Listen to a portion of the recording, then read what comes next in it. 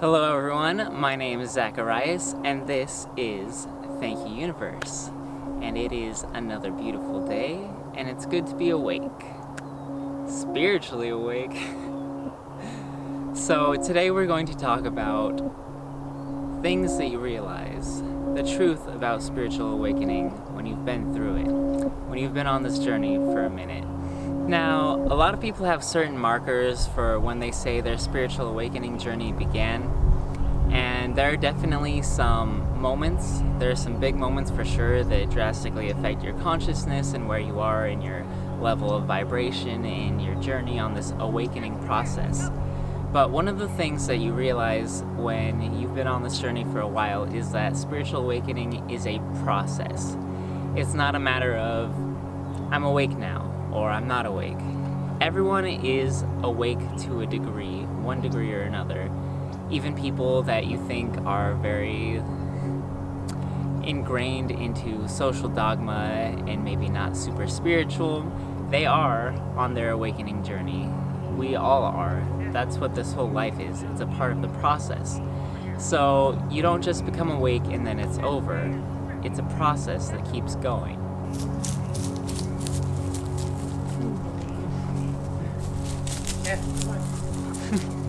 Hello.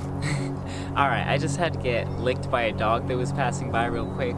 Can't pass that up, but back to what I was saying.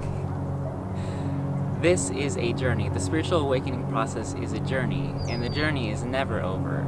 Even after this life, everything keeps continuing. There's no end. We keep growing and keep going, and that's pretty amazing because there's no limit to the potential that we can achieve in our awakening process.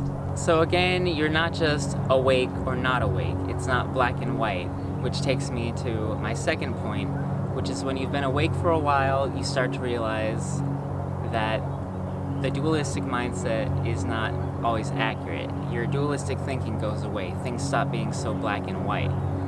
So instead of thinking that you're awake or not awake, you recognize that it is a spectrum. Everything is a spectrum. Things that we think of as opposite are actually the same thing, they're just differing in degree. This is what is called the Hermetic principle of polarity. The things we think of as being on opposite poles, light and dark, love and hate, although I don't know if I agree with those being opposite, apples and oranges, things that we think of as opposite are not opposite. They're differing in degree, but they're really the same thing. So like hot and cold, there we go, that's a good one. Heat is just more energy that creates the heat, whereas cold is the lack of energy and a denser vibration. So the molecules aren't jumping around and bumping each other as much. It's colder, but they're the same thing. If something's a little cold, it's still kind of warm. It's on a spectrum, and this spectrum is relative. And everything is relative. And this includes things like morality. So a lot of people get caught up in dogma with religious thinking, like everything is very strict and structured and you have to do all these specific things. This is a sin, this is a virtue, this is good, this is not. But you start to realize that morality is relative, and a lot of people don't like to hear that when they are still in the dogmatic mindset, but recognize that each person, each living sentient being in this reality has their own unique perspective on their own life journey, and so their morality is relative to them. Even if you have the same morality, like the same beliefs as someone else, why they believe it and how they enact that and embody their beliefs is relative to them, and it is their own unique perspective. So you start to recognize that you don't have all the right answers, actually, and you allow for the truth that everyone has their own perspective that is true to them, and what is true to you may not be true to others. And I'm gonna call something out right now because I see this a lot. A lot of people, when they start to learn about spirituality, the chakras, energy, things like that, they start to get a huge ego because they're still in the dualistic mindset and they think, I'm awake. and these others, they're sleepers, and no one understands me because I'm so awake and I'm so amazing. I'm better than people. And maybe they won't directly say that, because that would be being so honest. It would just bring it to their awareness. But people start to get a huge ego when they're awake, and they think that they're better than other people. But you have to recognize everyone is on their own journey, and what works for you doesn't work for others, and you're not better than anyone. Sorry to tell you. None of us are. We are all equal. We all have our own unique life experience, and no one way is correct, no one way is accurate. And there are truths, universal truths that resonate, that are true, but the way that we experience these truths and the way that we experience our truth in our life is all relative. So not everyone has all the answers. I certainly don't think I have all the answers. I'm just sharing what helps me, and if it's helpful to you and it rings true to you, you will take that and it becomes part of your perspective, and you embody these ideas in your own way. So try to check your ego when you start thinking that you're super spiritual and you can't be around other people because they're bringing you down, because that really is an ego trap, and ego is one of the hardest things to overcome in this life. So the third point that I will make is that when you've been on the spiritual awakening journey for a while, you realize that the ego doesn't go away. Yes, you've made a lot of progress, you've delved more into your spirituality, and you've grown in a lot of ways, but the ego is still there. The ego is always trying to survive. This is our identity, this person that we think we are. So people, maybe they start to think of themselves as a spiritual guru or a healer, and they have this identity, or someone that is very awake, and we get caught in this identity and we are attached to it because that boosts our ego. It helps it stay around. It's like, yes, I am this thing. But it is all an illusion, my friends. You are the universe pretending to be a human. That is to say, we are all ultimately one. We come from the same energy. This is something that is taught in many ancient esoteric teachings and spiritualities, that ultimately we are all part of the same thing. We are all interconnected, and we all come from the same source. Whatever you want to call it Gaia, call it the universe, call it God. We all come from the same thing, and so we're all connected. And these identities that we have, they are experiences, but they are not us, because who we truly are is at a much higher level. We are the universe itself. And so we have to keep this in mind, and this is something that I haven't overcome, certainly. Ego is very persistent, and we have to learn to check the ego and recognize when we get caught up in certain ideas. Like, ooh, I'm so awake now, I'm the ultimate guru. That's an ego, and you need to learn to detach from this ego.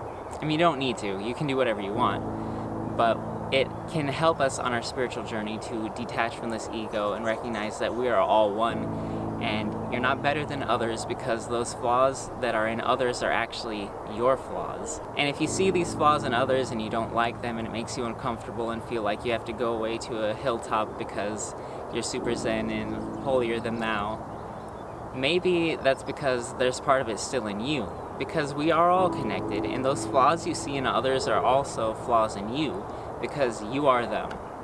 You are me and I am you. I'll always be with you. One of my favorite lines from a Spangle song. We are all connected, and so the ego is a distraction that keeps us from the truth. And the fourth point is related to our second point, which is the moral relativism and realizing that things aren't so black and white, is that you stop trying to control others and stop trying to change other people. You start to detach from the experience of others and allow them to have their journey. You recognize that each of us is here to learn something, and that the good things and the bad things that we think are good and bad are not actually good or bad. They're all just teaching experiences. And in a way, you could think of everything as being good if you want to be love and light and optimistic about it, because the good things, they're good, they're lovely experiences. The bad things, they teach us, they change us, they show us how we can grow and change, which is also good. So really, it's just an infinite cycle of good stuff going on. And so when we recognize that bad things are not actually bad, we can start to detach from trying to tell other people how to live and detach from trying to fix everything. It's not our responsibility.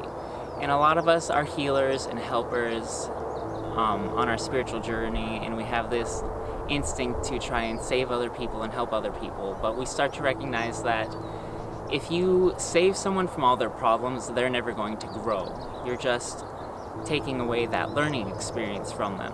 And it's okay to help people, and when they ask for help and they need guidance, that's totally cool. I just made a video on this topic. You can check it out if you'd like. I go into more details there. But you do, again, learn to detach.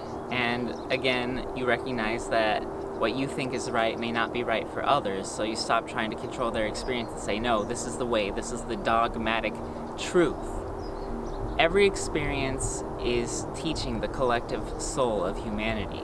Even the things that we think of as being really horrible, the terrible things that have happened are teaching the collective consciousness of us all. And they can be very tragic, and we can experience these emotions, and it's all a part of that learning process.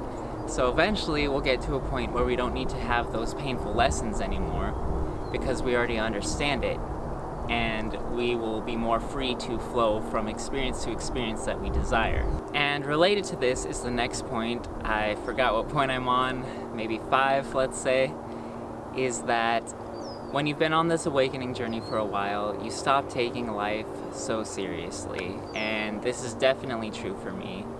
Growing up, I had a very grave mindset. I grew up in a religious background where I was always trying to be good enough to do the things that I had to do, check them off on the dogma checklist so that I could get into heaven and not go to hell.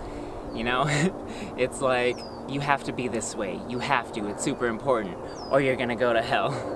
And that's one of the ways religious dogma can affect people and kind of keep them in a fear mind state on their journey. But you start to awaken and you continue on your journey, and you realize you're here to have an experience, and you're not bad for who you are. You are part of the universal soul, and this doesn't mean that you go around trying to make other people have a bad time or do terrible things to them, but you don't take it so seriously, and you have a lighter energy and things aren't so heavy. Because remember, lower vibrations are denser energy, spirit is the highest vibration, and the more grave we are, the more intense and serious we are about things, the heavier our vibration. And it affects our mindset and our spirit and our energy, because if you just think of this life as a struggle to survive, a struggle to be good enough, a struggle to be whatever God wants you to be, then it keeps you in a fear mind state and in a controlled mind state that is affected by the words and dogma of others. Whereas when you stop taking it so seriously and you're just like, I'm just here to go with the flow and live my life and have the experience that I am. I am an experience here to live this life and see all the things that I can see in this particular iteration of the universe, in this particular iteration that is me right now. So what I like to do, I think of life as a game a lot of times, and if I find myself getting too worked up or serious about things, I remember this is all a game. It's going to be okay, win or lose.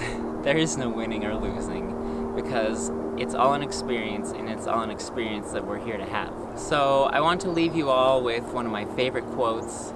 This is something that a good friend of mine said to me when they gave me my first mushroom experience, which was an amazing point in my awakening journey.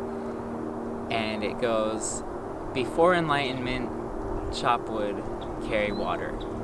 After enlightenment, chop wood, carry water, and also eat your hair.